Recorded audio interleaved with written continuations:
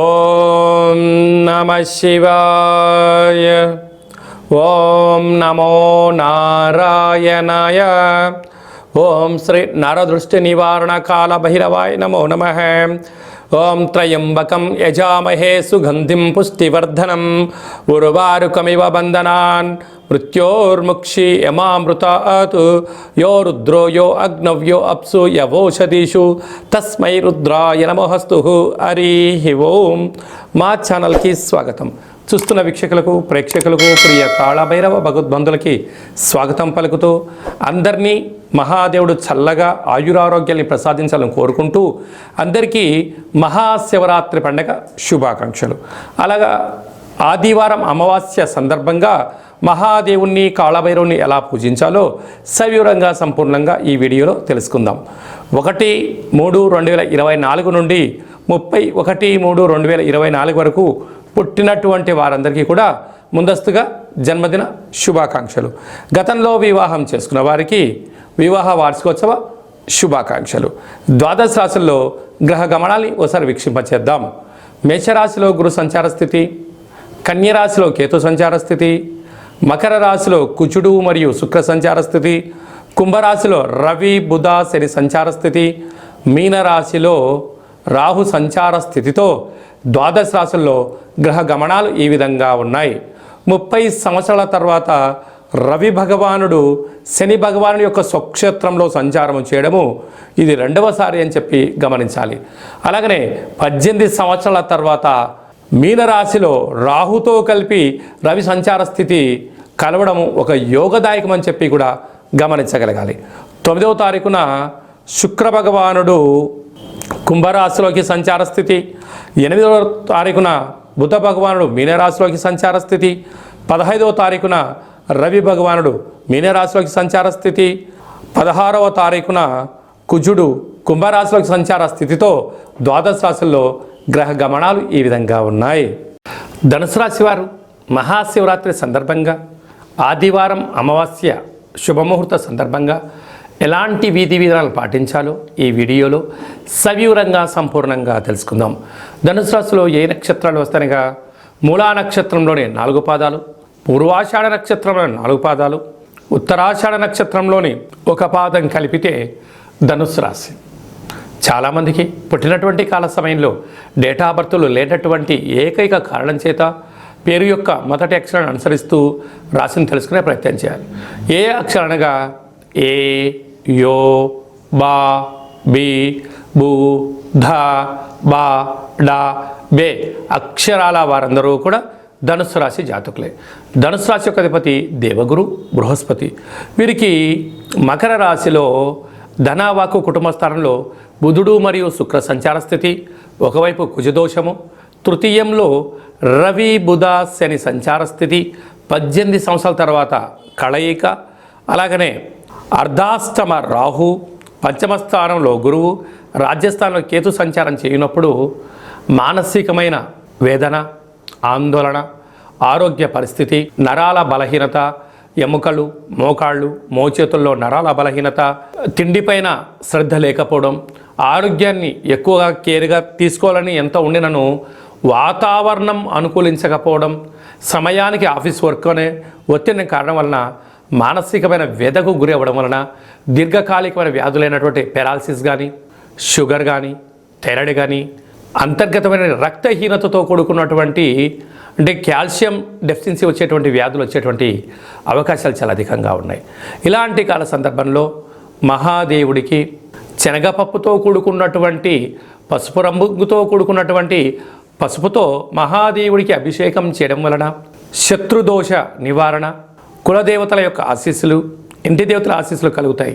అలాగనే ఆదివారం అమావాస్య సందర్భంగా గృహంలో కానీ, అలాగనే తెల్లజిల్లెడు వృక్షం దగ్గర కానీ, కాళభైరవుడి దగ్గర కూష్మాండ దీపాన్ని వెలిగింపచేయడం, మీ జన్మ నక్షత్రం రోజున పూర్ణిమ, అష్టమి, అమావాస్య సందర్భంగా దూరవాయు జల ప్రయాణాలు పెట్టుకోకపోవడం ఉత్తమోత్తంగా భావించగలగాలి. స్వయం వృత్తులు, సేవారంగాలు, సాఫ్ట్వేర్, హార్డ్వేర్ ఉద్యోగస్తులకు చాలా మంచి కాలము అని చెప్పి గమనించాలి. మార్చి 1వ తారీఖు నుండి 31వ తారీఖు వరకు ముఖ్యమైనటువంటి పండుగల గురించి సవివరంగా సంపూర్ణంగా క్లుప్తంగా తెలుసుకుందాం. 4వ తారీఖున మాఘమాస బహుళ అష్టమి సోమవార సందర్భంగా అసితాంగ కాళభైరవ స్వామి యొక్క పూజ యోగదాయకమని చెప్పి గమనించాలి.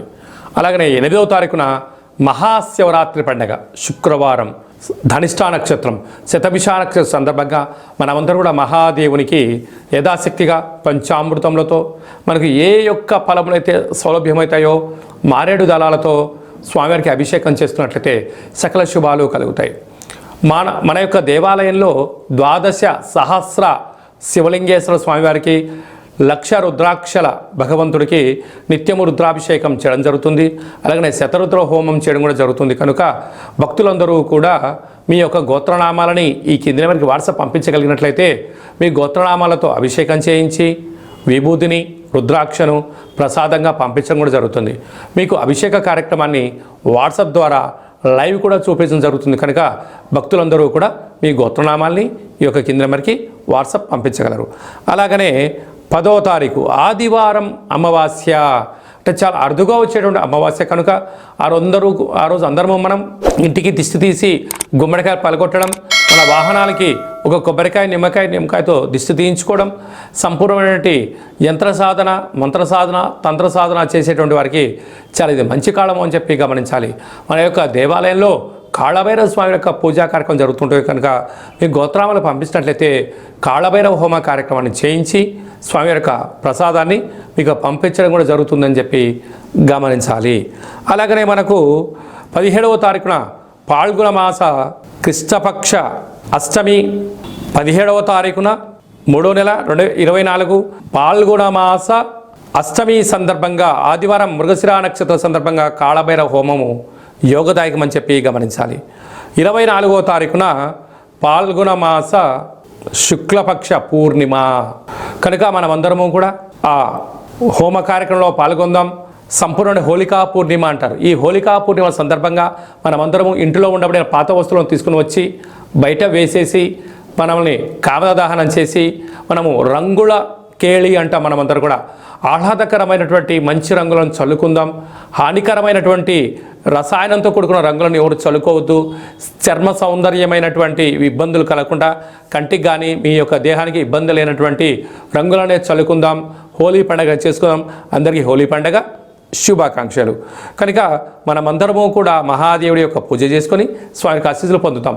అలాగే ఈ యొక్క మార్చి నెలలో ఇంకనూ మనం విజయం సాధించగలగాలి అన్నట్లయితే ఈ యొక్క పాత్ర కంచు పాత్ర రాసులు 12 ఎలా ఉంటాయో 12 రాసులు ఇందులో అచ్చు వేయడం జరుగుతుంది. ఈ యొక్క పాత్ర కాళభైరవ స్వామి యొక్క అక్షయ పాత్ర అనడం జరుగుతుంది. ఈ యొక్క పాత్ర గృహంలో ఎప్పుడైతే ఉంచుకుంటామో మన కుటుంబానికి మన వ్యవస్థలకు మన సంస్థలకు సకల అష్టకష్టాలు తొలగిపోతాయని చెప్పి గమనించగలగాలి. ఈ పాత్ర మన ఇంట్లో ఉన్నట్టయితే నరదృష్టి శత్రు ప్రభావాలు తాంత్రిక ప్రయోగాలు వాస్తు నరదృష్టి దోషాలు తొలగిపోతాయని చెప్పి గమనించాలి. ఇలాగా ఒకసారి శబ్దం చేసినట్టయితే ఓంకార శబ్దం రావడం జరుగుతుంది. ఇలాగా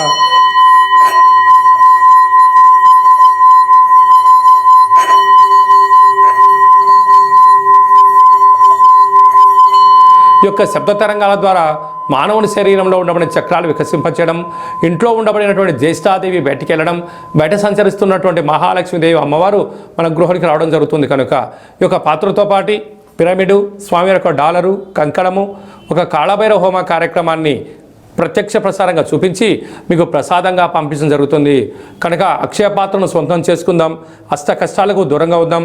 అష్ట ఐశ్వర్యాలకు స్వాగతం పలుకుతామని చెప్పి గమనించాలి. మీ వ్యక్తిగత జాతకం తెలుసుకోవాలనుకుంటున్నారా? మీ పేరు, పుట్టినటువంటి తేదీ, నెల, సమయం, సంవత్సరం రాసి మీరు వాట్సాప్లో పంపించగలిగినట్లయితే మీ యొక్క సంపూర్ణ జాతకాన్ని వ్రాసి పంపించి పుట్టినప్పుడు గ్రహ గమనాలు ఎలా ఉన్నాయి, ప్రస్తుతం ఎలా ఉన్నాయి, రాబోయే కాలంలో ఎలా ఉండబోతున్నాయో సవివరంగా కూడా మీకు తెలియజేయడం జరుగుతుంది. చాలామందికి పుట్టినటువంటి కాల సమయంలో డేట్ ఆఫ్ బర్త్లో లేనటువంటి వారికి మీ పేరు యొక్క మొదటి అక్షరాన్ని అనుసరిస్తూ ఆ రాశిని గ్రహ గమనాలను తెలియజేస్తూ కాళభైరవ ఉపాసన చేత గవ్వాల ద్వారా అనగా రమణ శాస్త్రం ద్వారా భూత భవిష్యత్ వర్తమానాన్ని తెలియజేయడం జరుగుతుంది. ఆసక్తి గలవారు ఈ కింద నెంబర్ సంప్రదించి అపాయింట్మెంట్ తీసుకొని సంప్రదించగలరు.